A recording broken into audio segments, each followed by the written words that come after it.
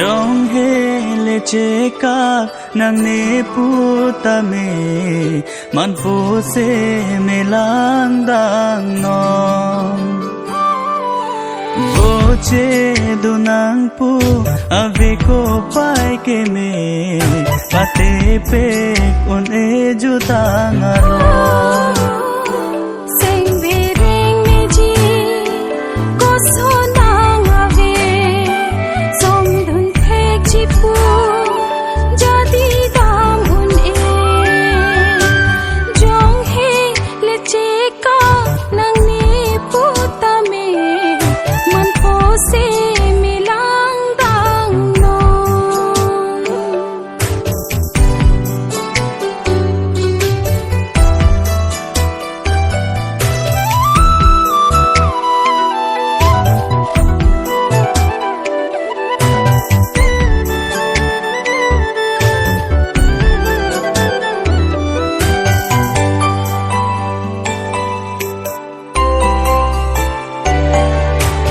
Long ke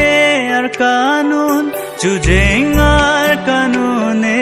bang so joy ne che o jog je riro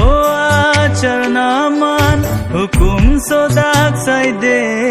hum phang tai phan nang deng de sing chi hang amo ante jut nang pono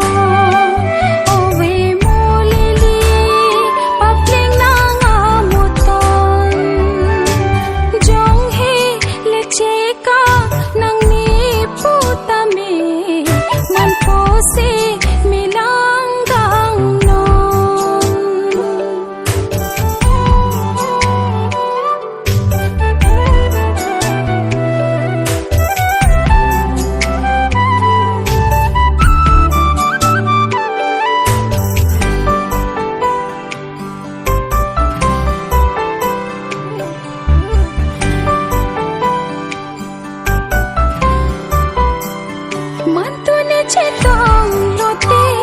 ni phanang ingki jibo tu antani seng che pang sampon po aho kili bo chera bre tanang phan seng doi po nang som thot ke ne long da mone lo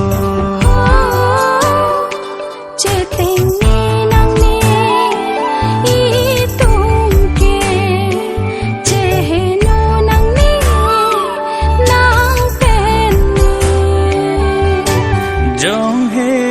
cheka nang ne putame man po se melang dang no